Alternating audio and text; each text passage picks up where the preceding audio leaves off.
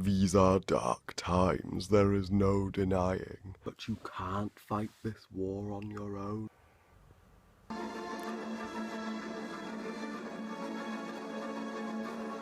Harry Potter and the Deathly Hallows Part 1 of the epic finale to the Harry Potter franchise. Now, the Deathly Hallows in early production was originally just going to be one film, but after reading the length of the book, it was confirmed that the Deathly Hallows would be two movies. While David Heyman reacted negatively to this at first, after reading the length of the book, he eventually agreed with the decision, as did Steve Kloves. Now, this created mixed reactions among fans at first until the very first trailer for the Deathly Hallows aired in summer 2010. And when I saw that trailer, I leapt up and cheered. I'm like, this is going to be the best conclusion we could have hoped for. This is going to end the Harry Potter series with a bang. But did it do just that? Well, we're about to find out. So, the Deathly Hallows Part 1 takes place a couple of months after the Half-Blood Prince. Dumbledore's dead, the Voldemort's taken control of the Ministry of Magic and even Hogwarts now.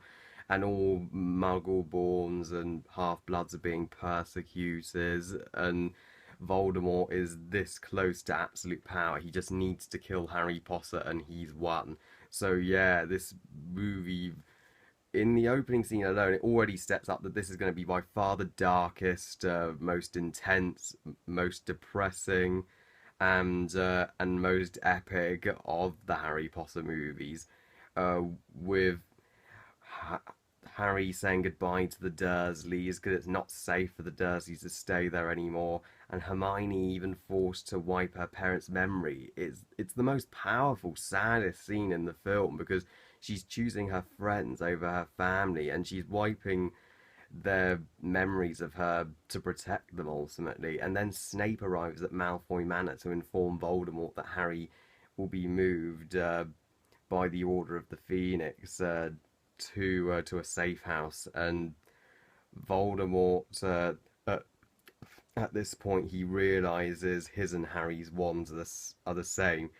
So if he is to kill Harry, he must do it with another's wands. Now this is a great scene because we actually get some development not just with Voldemort but with the Death Eaters. They're not just one-dimensional villains who obey him anymore. They actually have their own personalities. They're actual people. They realize, oh, are we doing the right thing working for this guy? But of course, they just obey them because if they don't, they'll be dead.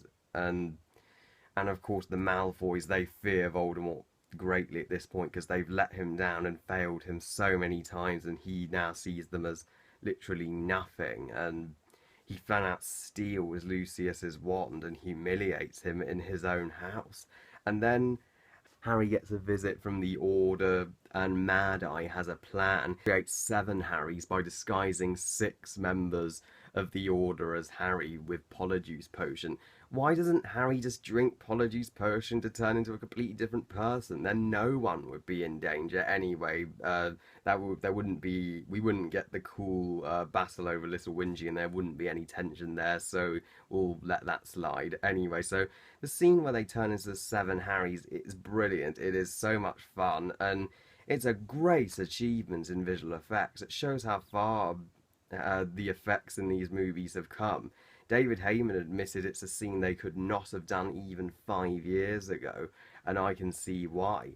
And Dan had to really, he had to shoot multiple takes, but the one take he got right, oddly enough, was Emma.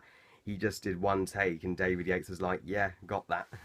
And so once Harry and the Order fly out to the burrow, they get immediately ambushed by Death Eaters, and we get this awesome thrilling chase scene on the road where Harry and Hagrid are evading the Death Eaters. It's basically as if Michael Bay directed Harry Potter. And then Hedwig sadly sacrifices herself to protect Harry and gets killed by one of the Death Eaters. And you feel Hedwig's gone. You really, it really hits you there. Damn, that shows how mature this movie really is. Even the most innocent Harry Potter characters are not safe anymore. And luckily they escape Voldemort just in time, and they arrive at the burrow. George sadly got his ear cut, and we get even more casualties. Bill Weasley informs everyone that Mad Eye has been killed after Mundungus betrayed him. But why do I get an off-screen death? Anyway, Harry gets a nightmare about Mr. Ollivander being tortured by Voldemort, and because Voldemort is furious that Lucius's wand failed him, and he is looking for a wand that will succeed.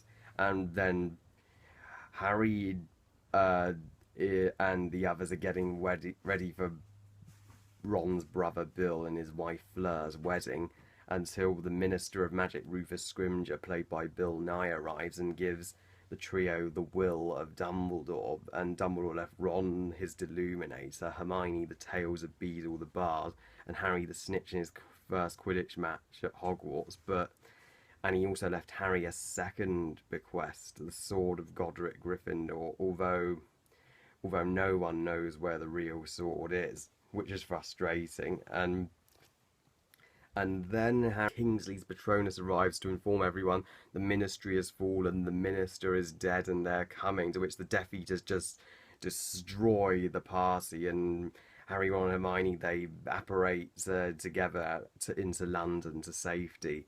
And apparently, you can't say Voldemort's name because when they do accidentally say his name, they get attacked by two Death Eaters disguised as just regular folk. Uh, to which they have to resort to hiding in Grimlawn Place, where they discover who R.A.B. is, uh, who was the man who wrote the note inside the fake Horcrux in the Half-Blood Prince. It's Regulus Brack, Sirius's brother. Um, so House Elves Creature and Dobby. It's great seeing Dobby back in this film, but God, it's ever so sad what happens to him at the end. But anyway, we'll talk about that later. And and Mundungus stole the real Horcrux from Grimnorn Place, so the trio have to break into the Ministry of Magic, which is now completely controlled by Voldemort, in order to get it. So they have to disguise themselves as Albert Runcorn, Reg Catamore, and Mafalda Hopkirk. So luckily they find Umbridge, stun her, get the locket, and escape the Ministry just at the last second as Yaxley is about to get them, and then Hermione has to make a sacrifice where she brings them out into the woods in the middle of nowhere when Ron sadly gets injured. Gosh, this movie has way more dark moments and more body counts than all the other Harry Potter films combined. And then the trio try to destroy the Horcrux, but sadly they fail miserably, and they have to keep it and hold on, take it in turns to hold on to it until they figure out how to. Why don't they just leave the Horcrux in the tent? No idea. And Harry learns that Voldemort is determined to search for the wands that will succeed him. He even tortures Grigorovich, the wand maker, for it. And then Ron finally lets out his true anger. He is pissed, and Rupert Grint is outstanding in this scene. This is one of his best performances in the entire series, and I was worried that Harry and Ron were going to kill each other in this argument. To which Harry finally sends Ron home, and Ron leaves, and Hermione, she is devastated, bless her, and we get this nice scene that wasn't in the book, which is Harry offering Hermione a dance, which shows that he's there for her, and you think they're about to kiss, but then they don't. Well, Hermione obviously chose to be with Ron, which was very understandable, and so Harry thinks that the Sword of Gryffindor, which he learns is impregnated with basilisk venom, so can destroy Horcruxes, might be at Godric's Hollow, his birthplace. So him and Hermione go to Godric's Hollow, and I'm glad they don't use Polyjuice Potion in this scene. I'm glad because that would just be too easy. There's so much more tension if you take out the use of Polyjuice Potion and the invisibility cloak at times, especially as this series of films is getting darker. And then they meet Bathilda Bagshot, played by Hazel Douglas, and she plays the role so perfectly. I mean, obviously we learn that she is Nagini in disguise, who almost kills them both until thankfully they escape. But that scene was the equivalent of a horror film. It was so unsettling for a Harry Potter movie, and she was actually Hazel Douglas. She did a scarier performance than the snake. So after Harry's on the point of giving up, he then sees the Doe Patronus, which we later find out is, of course, Snape's Patronus. He sees the Sword of Gryffindor in a frozen lake and tries to get it, but the Horcrux tries to strangle Harry, but luckily Ron saves him at the last minute. Why didn't Harry take the damn thing off before he went in?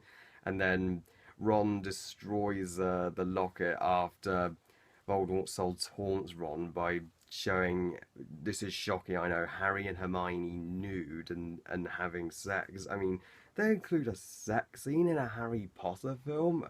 This franchise should now be rated A. Trio finally decide to see Xenophilius Lovegood, Luna's father, after this same symbol keeps popping up, to which he tells them it's the mark of the Deathly Hallows and tells them the tale of three brothers, and we get a beautiful, authentic, animated scene, which I loved seeing when I first saw that. This is the only Harry Potter film to have an animated scene, which is very unique about it. And eventually Xenophilius reveals he's betraying Harry to the Death Eaters because they kidnap Luna. Luckily the trio escape in time, but then are captured by Snatchers. Why didn't they just apparate when the Snatchers caught them anyway? Hermione disguises Harry's face so they don't recognise him. Harry learns Voldemort has visited Gellert Grindelwald, the one who stole one of the Deathly Hallows, the Elder Wands, and learns it's in the grave of Dumbledore. And so the trio then taken to Malfoy Manor, where they meet Luna and Grippet the Goblin and Mr. Ollivander in the cellar, and Bellatrix brutally tortures Hermione, and you feel so bad for Hermione, and you hate Bellatrix even more after that. But luckily our favourite hero Dobby arrives, he rescues the trio, knocks out Wormtail. I was a little underwhelmed that we didn't get to see Wormtail get his comeuppance by getting strangled by the Silver Hand, since he was the one that betrayed Harry's parents, but anyway, that's a little nitpick. So luckily Dobby gets them out of there, but sadly Bellatrix throws her knife, killing Dobby, and it's one of the saddest Harry Potter death period. But if Dobby got such a big send-off, why didn't Mad Eye and Hedwig get their send-offs? Now, I might be in the minority, but I love The Deathly Hallows Part 1. It's my second favourite Harry Potter movie. It was always gonna feel like half a film, which it does. I mean, I know people might think it's the weakest because they say it's slow, it's boring, it's just a film to set up part 2. But I didn't think it was slow at all. I thought it was all action and epicness and excitement from the start. I love how it's so dark and mature that, and our heroes consistently lose throughout the film, kind of like in Empire Strikes Back. And some people may think it was unnecessary to have it as two films, but I think it's the perfect adaptation as two films. I mean, if it was just one film, The Deathly Hallows, it would have been a mess. It would have been dull, incomplete, rushed, and unsatisfying. By giving us two films, we get to see a completed story. We also get another Potter film. I know people criticise the middle of the film being so boring in comparison to the first and third act, but there's great character development there. Having the middle just focused on the trio, our three main cast, is a wonderful change. And to be honest, the first half of the Deathly Hallows book is not very action-packed. The action really didn't get going until after Dobby's death and Voldemort steals the Elder Wand. Harry Potter is the only franchise that split its finale into two films for the right reason. And it's a very different original story from the previous 6 films, having the entire film out of Hogwarts. So Deathly Hallows Part 1, it's my second favourite Harry Potter film. I love it. It's brilliant. After I walked out of the cinema 6 years ago, I left with a big smile on my face saying, wasn't that terrific? I give Harry Potter and the Deathly Hallows Part 1 5 stars out of 5. What do you think of the Deathly Hallows Part 1? Whatever you think, comment below, let me know. Please like this video and subscribe, and I'll see you next time.